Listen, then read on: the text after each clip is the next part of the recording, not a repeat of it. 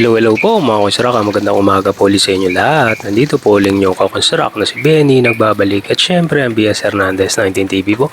Welcome back po muli dito sa aking channel. Maraming salamat po sa walang sawa nyo pagsuporta dito sa aking channel nga po.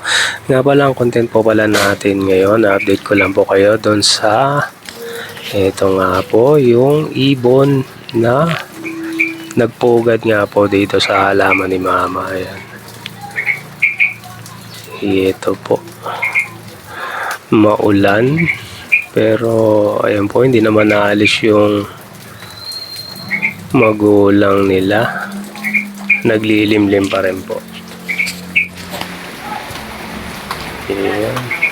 Ito po yung ulan nga, nagtuloy-tuloy hanggang hapon noong June 13 hanggang gabi, kaya naman yung pinakahalaman natumba.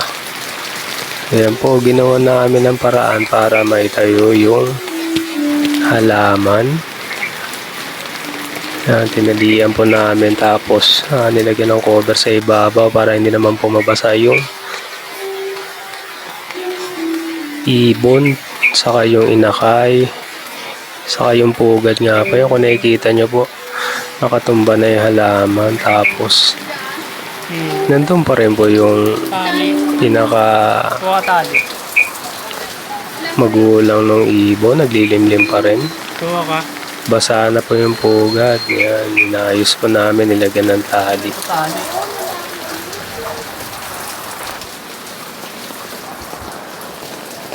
Kawawa naman sila, basang-basa. Yan sa Fortune.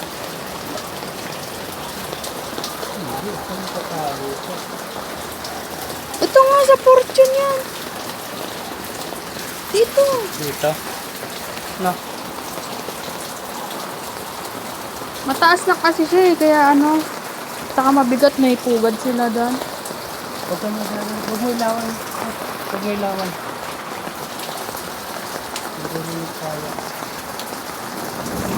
Baka lumipat lalong hindi na yung anak ko. Huwag mo ilawan yung iba. Sa'yo nga nakailaw. Oh.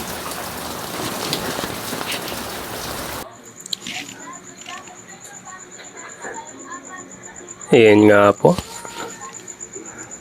Dito medyo tumila na po yung ulan. Nalagyan na rin po namin ng kahit papaanong tabing doon sa ibabaw nga. Yan. Para hindi na sila mabasa kahit papaano. Tapos dito naman mga kusrak, kinabukasan, June 14 nga po.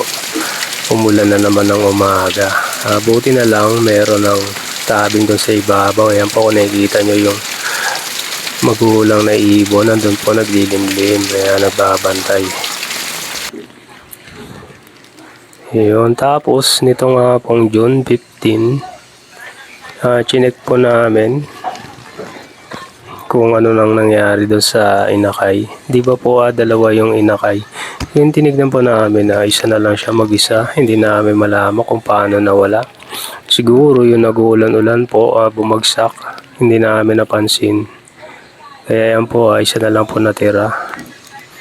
May konting balahibo na rin po siya. Sana mabuhay para kahit papaano, yun, may makasurvive naman.